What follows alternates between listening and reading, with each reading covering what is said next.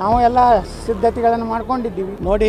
ಇದು ಹೋದ ವರ್ಷನೇ ದುಬೈಗೆ ಹೋಗುವಂಥ ಕಾರ್ಯಕ್ರಮ ಇತ್ತು. ನೇರವಾಗಿ ಹೇಳ್ಬೇಕಂದ್ರೆ ಸತೀಶ್ ಜಾರಕಿಹೊಳಿಯವರ ಬೆಂಬಲಿಗರು ರಾಷ್ಟ್ರೀಯ ಅಧ್ಯಕ್ಷರು ಎಚ್ಚರಿಕೆ ಕೊಟ್ಟರು ಸಹ ಏರ್ ಮಾಡ್ತಾ ಇಲ್ಲ ಅಂದ್ರೆ ಅಷ್ಟು ಅಸಮಾಧಾನ ಹೊಗೆ ಇದೆ ಅಂತ ಅರ್ಥ. ವಿಜಯಪುರದಲ್ಲಿ ಶಾಸಕ ಬಸವನಗೌಡ ಪಾಟೀಲ್ ಯತ್ನಾಳ್ ಮಾತನಾಡಿ, ಬಿಜೆಪಿ ರಾಜ್ಯಾಧ್ಯಕ್ಷ ಚುನಾವಣೆ ನಡೆದ್ರೆ ರೆಡಿ ಅಂತ ಹೇಳಿದ್ದಾರೆ.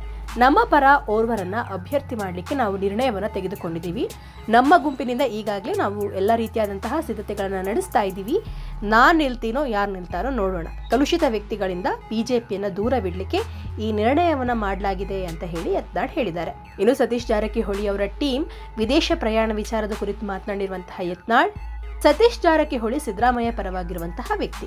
ಇದರ ಹಿಂದೆ ಸಿದ್ದರಾಮಯ್ಯನವರೇ ಇರಬಹುದು ಅಂತ ಹೇಳಿ ನನಗೆ ಶಂಕೆ ಇದೆ ಅಂತ ಹೇಳಿದ್ದಾರೆ. ಇನ್ನು ಕಳೆದ ವರ್ಷವೇ ಸತೀಶ್ ಜಾರಕಿಹೊಳಿ ಬೆಂಬಲಿಗರು ದುಬೈಗೆ ಹೋಗುವ ಪ್ಲಾನ್ ಇತ್ತು ಅನ್ನುವಂತಹ ಒಂದು ಹೊಸ ಬಾಂಬ್ ಅನ್ನು ಸಿಡಿಸಿದ್ದಾರೆ.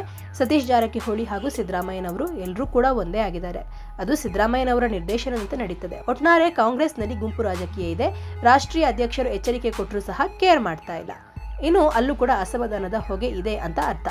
ಇನ್ನು ಕಾಂಗ್ರೆಸ್ ಶಾಸಕರಿಂದಲೇ ಸರ್ಕಾರ ಉಳಿಸಲಿಕ್ಕೆ ನಡೆದಿದ್ದ ಪ್ಲಾನ್ ಅನ್ನುವಂತಹ ಒಂದು ಸ್ಫೋಟಕ ಮಾಹಿತಿಯನ್ನ ಯತ್ನಾಳ್ ಅವರು ಕೊಟ್ಟಿದ್ದು, ಕಾಂಗ್ರೆಸ್ನ ಸಾಕಷ್ಟು ಜನ ನಮಗೆ ಅಪ್ರೋಚ್ ಮಾಡಿದ್ರು. ನಾವು ಒಂದಿಷ್ಟು ಜನ ಕಾಂಗ್ರೆಸ್ ಬಿಟ್ಟು ಬರ್ತೀವಿ, ಕಾಂಗ್ರೆಸ್ ಸರ್ಕಾರವನ್ನ ತೆಗೆದು ಹಾಕೋಣ ಅಂತ ಅಂದಿದ್ರು.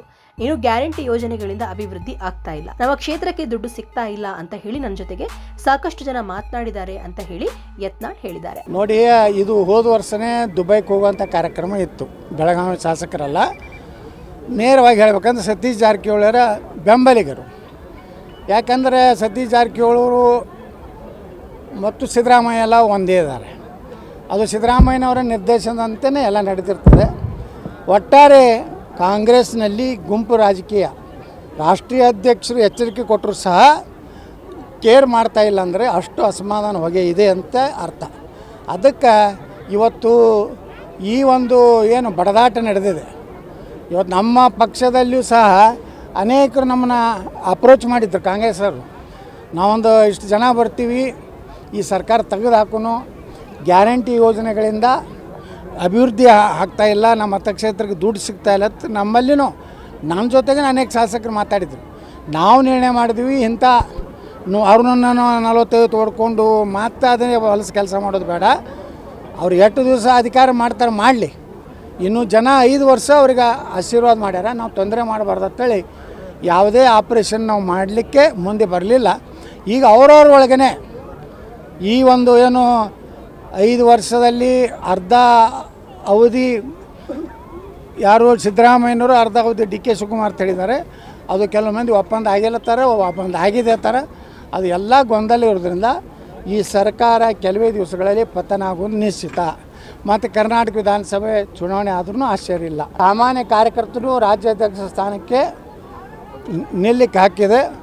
ಅದು ಬರಲಿ, ಚುನಾವಣೆ ಬಂದಾಗ ನಾವು ಏನೋ ಒಂದು ಪ್ರಕಟಣೆ ಮಾಡೋದು ಮಾಡ್ತೀವಿ.